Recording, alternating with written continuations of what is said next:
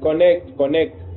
Robert Kyagulanyi Ssentamu okwolekera disitulikiti y'e Kabongo ne Karenga asoose kusisinkana abakulembeze b'ekibiina mu disitulikiti y'e Kotido ku wooteri ya Rise and Shine we yasuze. Please say that in Karamoja. Kyagulanyi abadde ayogera nabo nga wabweru wa wooteri eno abawagizi bagumbyewo nga bwe guzze gubeera gy'azzaasula mu bitundu ebirala. Nga tannayolekera lugendo asazeewo aveeyo abawuubireko bwe batyo ne bafa essanyu.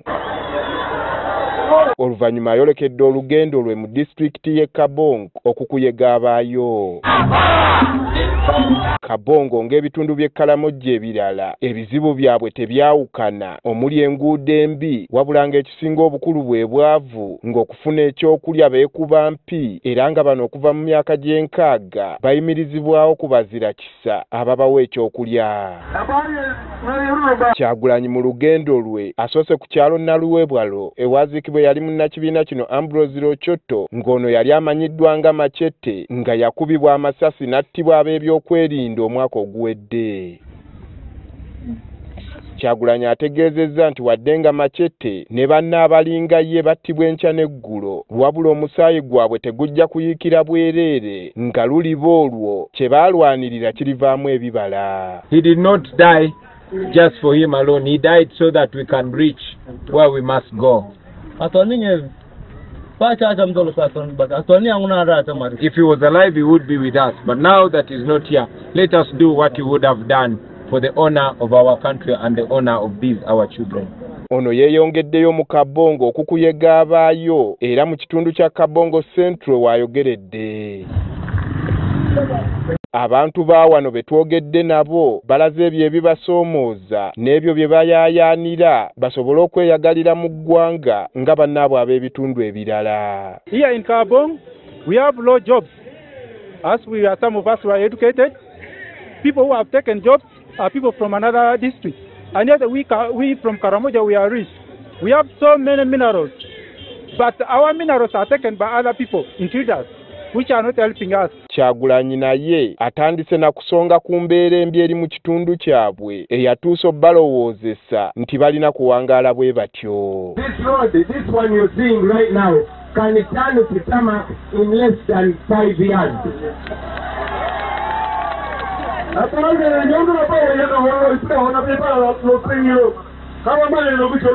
Abasabye beebuuze lwaki ebitundu byabwe birekeddwa nnyo emabega bw'ogeraageranya ebitundu ebirala. How come the young people in Karamoja in their hundreds of thousands have no jobs? They are growing, they are unemployed, they are suffering in poverty. How come that happens when Karamoja is the richest place in Uganda? Abawadde obweyamo nti mu Uganda empya gye bagenda okutuukamu ebyobugagga byabwe bigenda kukozesebwa okubakulaakulanya.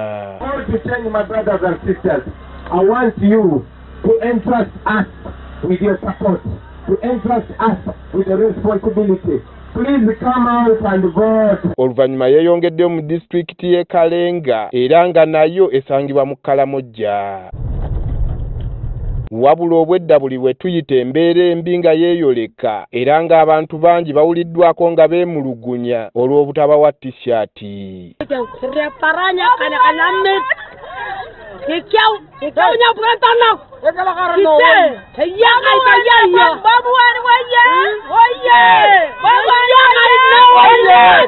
Kyagulanyi mu disitulikiti eno asoose kwogera n'abantu abakuŋŋaanidde mu kkubo ku kyalo Apel.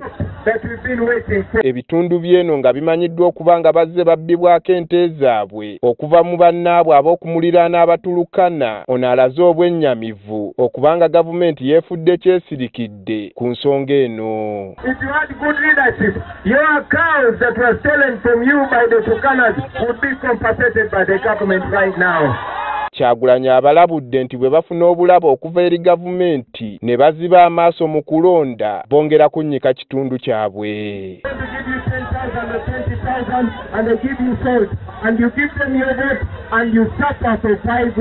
Oluvannyuma yeeyongeddeyo wabadde alina okukuba olukuŋŋaana lwe mu disitulikiti eno. wabula enguudo embi eziri mu kitundu kino olugendo olubadde olw'essaawa ng'emu zituuse okuwera ssaawa emu ey'ekiro nga tannatuuka wagenda kukuba lukuŋŋaana.